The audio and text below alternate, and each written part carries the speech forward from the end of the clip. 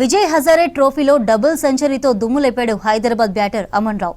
బెంగాల్తో జరిగిన మ్యాచ్లో ఈ కరీంనగర్ కుర్రాడు 154 బంతుల్లో 12 ఫోర్లు 13 సిక్స్లతో 200 పరుగులు చేశాడు. దీంతో 50 ఓవర్లలో 5 వికెట్లకు 352 పరుగుల భారీ స్కోర్ చేసింది హైదరాబాద్.